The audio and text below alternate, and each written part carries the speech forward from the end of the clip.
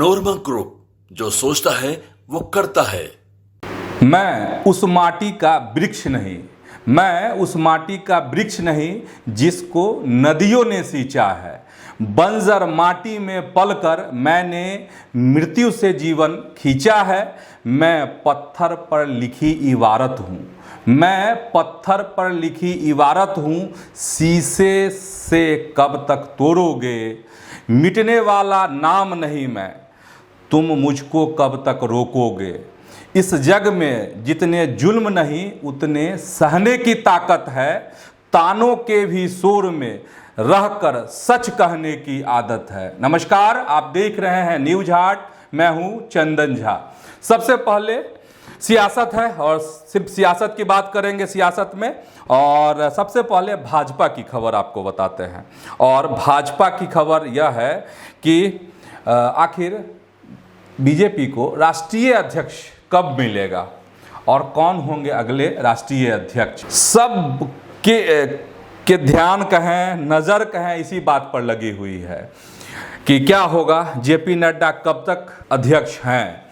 कुछ नाम पहले से चर्चा में है और एक चौंकाने वाला नाम सामने आ रहा है। सबसे पहले आपको बताते हैं, क्योंकि बिहार को जोड़कर हम बताएंगे आपको उन नामों को, और जिसमें भूपेंद्र यादव, पहले भी हमने कार्यक्रम में जिक्र किया है कि भूपेंद्र यादव केंद्रीय मंत्री हैं। हो सकता है कि उन्हें राष्ट्रीय अध्यक्ष की जिम्मेदारी दी जाए। और भूपेंद्र यादव का बिहार से भी संबंध है, और बिहार से संबंध ऐसे सबको ध्यान में होगा ही कि वो बिहार बीजेपी के प्रभारी भी रहे हैं। हालांकि उनके रिश्ते तलक हो गए नीतीश कुमार से और पूरी सियासत बदल गई थी बिहार में, सबको ध्यान में होगा ही। उसका जिक्र करेंगे तो कार्यक्रम बहुत लंबा हो जाएगा। तो ये नाम चर्चा की बात कि आखिर क्या है, तो भूपेंद्र यादव का नाम है। बिहार से फिर एक नाम लेंगे आपको, तो आप कहेंगे कौन, तो धर्मेंद्र प्रधान। जब भूपेंद्र यादव की यहाँ से विदाई हो गई थी, अच्छा, भूपेंद्र यादव में एक बात छूट रही है।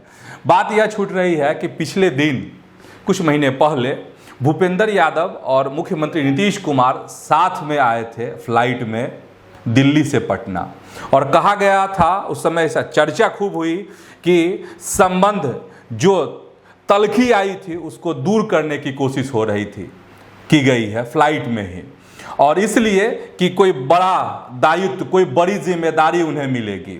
और जब उसी फ्लाइट से आए थे भूपेंद्र यादव, तो आप सबको याद होगा कि उन्होंने बीजेपी के दफ्तर में प्रेस कॉन्फ्रेंस की थी, और बहुत दिन वो बिहार नहीं आए थे। अब दूसरा नाम धर्मेंद्र प्रधान का ले रहे थे, और धर्मेंद्र प्रधान के बारे में आप सब जान ही रहे हैं कि उनका भी वास्ता बिहार से है। बिहार से वास्ता ये है कि जब भूपेंद्र यादव को यहाँ से विदा कर दिया गया था तो धर्मेंद्र प्रधान को यहाँ भेजा गया था, और फिर धीरे धीरे चीज़ें बदलने लगी थी। फिर जो है नीतीश करीब आए, किसके, तो एनडीए के, फिर सरकार बनी। इतना ही काफ़ी है मुझे लगता है। और आप सभी जानते ही हैं कि धर्मेंद्र प्रधान भी केंद्रीय मंत्री हैं और कद्दावर बीजेपी के नेता हैं, और इनकी एक अलग तरह की पूछ है। और पूछ ये है कि शाह और मोदी की जो नज़रें हैं उसके तारे में इनकी गिनती होती है धर्मेंद्र प्रधान की। जब भी कुछ मामला उलझता है, तो आप बिहार का उदाहरण हमने दिया ही है, और भी ऐसे बहुत सारे उदाहरण हैं जिसमें धर्मेंद्र प्रधान को आजमाया जा चुका है। अब जो है 2-3 और नाम है वह बताएंगे, और उससे पहले बीच में एक बात बता देते हैं। बात ये है कि क्यों नहीं हो रहा है नाम का ऐलान। तो इसके पीछे कहा जा रहा है कि संघ जो है, संघ के साथ समन्वय नहीं हो रहा है। हर नाम पर कोई ना कोई आपत्ति संघ के ओर से आ जा रही है, ये बात है। चलिए, तो नाम का ही जिक्र, और नाम में अभी एक सीटी रवि हैं, कर्नाटक में भाजपा के बड़े चेहरे हैं, 4 बार विधायक रहे हैं। सीटी रवि के बारे में भी कहा जा रहा है कि हो सकता है कि उनको यह जिम्मेदारी दी जाए। हम नामों का जिक्र कर रहे हैं, नामों की चर्चा कर रहे हैं, जो दिल्ली के सत्ता के गलियारों में जिन नामों की गूंज है, हम उसके बारे में आपको बता रहे हैं। और सीटी रवि बीजेपी के पूर्व राष्ट्रीय महासचिव भी रह चुके हैं। एक और केंद्रीय मंत्री का नाम चर्चा में, शुरुआत से हमने भी 1-2 बार आपको उन नामों के बारे में बताया है। उसमें प्रहलाद जोशी भी हैं, केंद्रीय मंत्री हैं, शांत, अपने काम से मतलब, एक अलग तरह की छवि, विश्वास पात्र संघ के भी और भाजपा के भी। तो प्रहलाद जोशी का भी नाम है। एक और बड़े नाम की चर्चा है, BL संतोष, बिहार से वास्ता इस सेंस में कि बीजेपी में महासचिव हैं संगठन में, और यह पद भाजपा में बहुत महत्वपूर्ण माना जाता है। बिहार से वास्ता ये चूँकि संगठन के महासचिव हैं, और संगठन के महासचिव हैं तो बिहार में भी उनको चाहने वाले की कमी नहीं है। संगठन में बहुत सारे लोग उनको चाहते हैं, और पिछले दिन बिहार आए भी थे। उन्होंने जायजा भी लिया था कि आखिर, और रणनीति भी उन्होंने बनाई थी, और तमाम निर्देश जो है बिहार भाजपा के तमाम लीडरों को दिया था कि क्या और कैसे जंग जीतनी है। इस सेंस में चलिए, तो हमने आपको नाम बता दिया, प्रहलाद जोशी, BL संतोष, CT रवि, भूपेंद्र यादव और धर्मेंद्र प्रधान।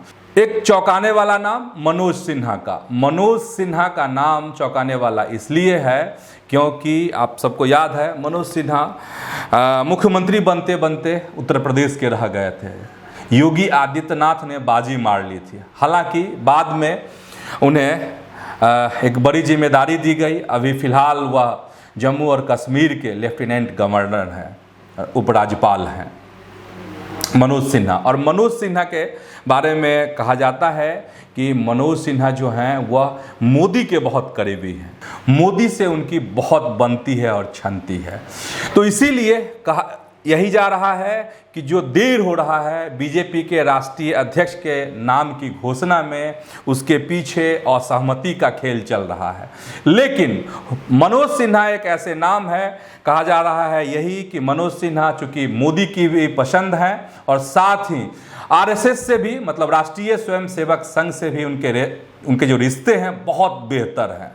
तो कहीं मनोज सिन्हा के नाम पर मुहर तो नहीं लग जाएगी।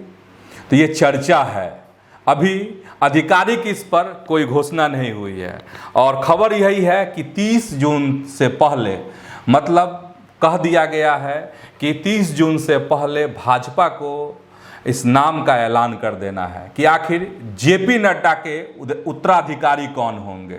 क्या वाकई में मनोज सिन्हा होंगे, BL संतोष होंगे, धर्मेंद्र प्रधान होंगे, या भूपेंद्र यादव होंगे, या फिर CT रवि होंगे, या नहीं तो प्रहलाद जोशी। लेकिन सबसे अगर रेस में अगर नाम है जो एकाएक आया है, वो तो मनोज सिन्हा का नाम है। अच्छा, मनोज सिन्हा का जिक्र अगर कर रहे हैं तो मनोज सिन्हा किस समाज से हैं? भूमिहार हैं, उत्तर प्रदेश के रहने वाले हैं।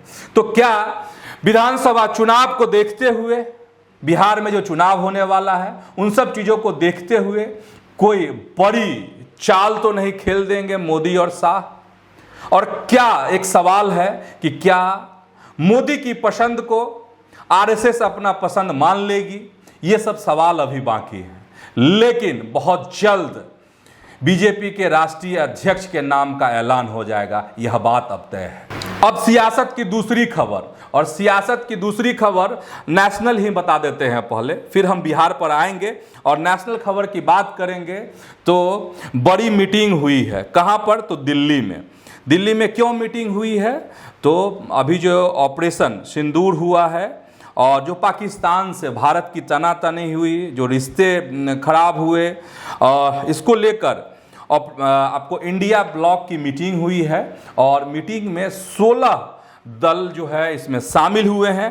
लेकिन 2 ऐसी पार्टियां हैं जो इस मीटिंग में शामिल नहीं हुए, और चौंकाने वाला नाम है यहाँ भी इस मीटिंग में शामिल नहीं होने वालों में, वो है आम आदमी पार्टी और NCP शरद गुट जो है इस मीटिंग में शामिल नहीं हुआ है। हालांकि इंडिया ब्लॉक की इस मीटिंग में PM से संसद का विशेष सत्र बुलाने की मांग की गई है, और मांग इसलिए की गई है आपको क्योंकि मनोज झा के अनुसार अगर माने तो पहलगाम हमले के बाद जो ऑपरेशन सिंदूर हुआ, दुनिया के एक देश के राष्ट्रपति रोज सरपंचाई कर रहे हैं, 15 दिन में 13 बयान दिए। इससे कोई सरकार आहत हो या ना हो, कोई राजनीतिक दल आहत हो या ना हो, हिंदुस्तान की भावना आहत हुई है। ये पीड़ा है, ये चर्चा सोशल मीडिया, टीवी डिबेट्स में नहीं होगी। 1962 में चीन के युद्ध के दौरान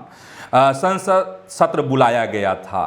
तो मनोज झा का यह कहना है, या जो मीटिंग हुई उससे जो बात निकली है यही है कि देश के लोगों की भावनाएं आहत हुई है। सरकार से बहुत सारे सवाल हैं और संसद सत्र अगर बुलाया जाएगा तो इन सवालों का जवाब जो है मोदी की सरकार से लिए जाएंगे, इन सवालों के जवाब।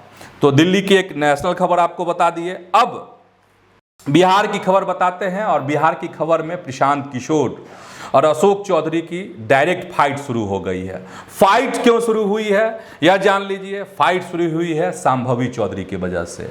वजह डिटेल में कुछ और है। डिटेल यह है कि प्रशांत किशोर ने आरोप लगाया था कि शांभवी चौधरी को जो लोकसभा का टिकट मिला था उसमें अशोक चौधरी ने पैसे देकर, मोटी रकम देकर टिकट खरीदा था। किससे? तो चिराग पासवान से।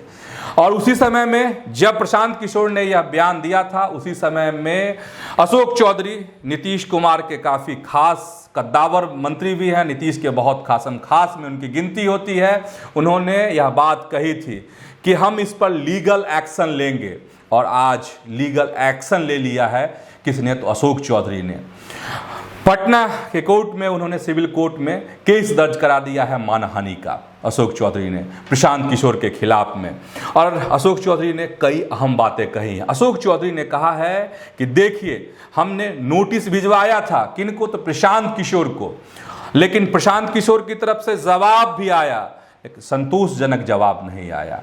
और भी कई बातें कही हैं। उन्होंने चैलेंज किया कि अगर शांभवी चौधरी के लिए, हमने अपनी बिटिया के लिए अगर टिकट खरीदा है और पैसे दिए हैं चिराग पासवान को, तो इसके क्या प्रमाण हैं? क्या प्रशांत किशोर प्रमाण प्रस्तुत करेंगे? और उन्होंने यह भी कहा कि देखिए, हमारे माता और पिता ने हमें पढ़ाया लिखाया है। पढ़ाया लिखाया सिर्फ इसलिए नहीं है कि हमको सिर्फ MP और MLA बनना है, हमको समाज की आवाज़ बननी है, हमको समाज की आवाज़ जो है उसकी लड़ाई लड़नी है। इस तरह की बात उन्होंने कही है। उन्होंने कहा है कि अभी तो शुरुआत है, हम सुप्रीम कोर्ट तक भी इसके लिए जाएंगे। और इसका जवाब जो है, करारा जवाब उधर से प्रशांत किशोर ने भी दिया है। प्रशांत किशोर ने कहा कि हम क्या कहेंगे, पूरे बिहार में इस बात की चर्चा है कि आखिर शांभवी चौधरी को टिकट कैसे मिला था। प्रशांत किशोर ने यह भी कहा है कि हम इस तरह के केस से, इस तरह की बातों से डरने वाले नहीं हैं। उन्होंने कहा कि देखिए, एक को जब मुखिया बन जाता है तो 4 गनमैन साथ में लेकर चलता है। हम 3 साल से बिहार की खाक छान रहे हैं, हमारे साथ कौन है? हमारे साथ कोई सुरक्षा कर्मी नहीं है। प्रशांत किशोर ने अशोक चौधरी को जवाब देते हुए उदाहरण दिया कि देख, याद है ना, गांधी मैदान में जब हम BPSC के परीक्षार्थियों के लिए हम आंदोलन कर रहे थे तो किस तरीके से सरकार हमें 3 बजे सुबह में उठाकर लेकर चली गई थी। क्या हुआ था? कुछ नहीं हुआ था। हम छूट गए कि नहीं छूट गए? तो इस तरीके से अब बार और पलटवार जो है अशोक चौधरी और प्रशांत किशोर के बीच में शुरू हो गए हैं। सियासत में एक खबर और चर्चा, हम PMCH की खबर बता रहे हैं, लेकिन इस पर सियासत बहुत हुई है, राजनीति बहुत हुई, इसीलिए इस खबर को हम इस कार्यक्रम में शामिल कर रहे हैं। हालांकि घटना ऐसी कि जुल्म ऐसा कि कुछ कहने का, बोलने का मन नहीं करता, फिर भी कार्रवाई हुई है, सरकार की आंख खुली है। और कार्रवाई यह हुई है कि जो आप सभी जानते ही हैं कि मुजफ्फरपुर की 11 साल की बच्ची के साथ दरिंदों ने किस तरीके से रेप किया और ऊपर से नीचे तक धारदार हथियार से कैसे शरीर को छत बिछत किया गया। चलिए अब, और जब वह बच्ची इलाज के लिए PMCH आई थी तो उसकी कैसे दुर्गति हुई, घंटों एम्बुलेंस में रहना पड़ा। इसके बाद इसमें सियासत शुरू हो गई थी। अब हम एक्शन की बात सीधे बता देते हैं, और सरकार ने संज्ञान लिया है। SKMCH की अधीक्षक डॉक्टर कुमारी विभा को सस्पेंड कर दिया गया है।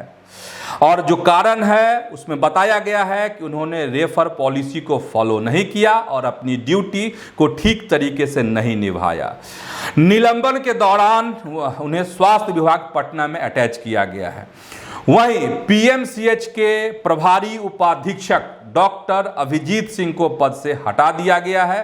सरकार की ओर से जारी लेटर में बताया गया है कि उन्हें अपनी ड्यूटी सही ढंग से उन्होंने नहीं निभाई, जो उनकी प्रशासनिक विफलता है।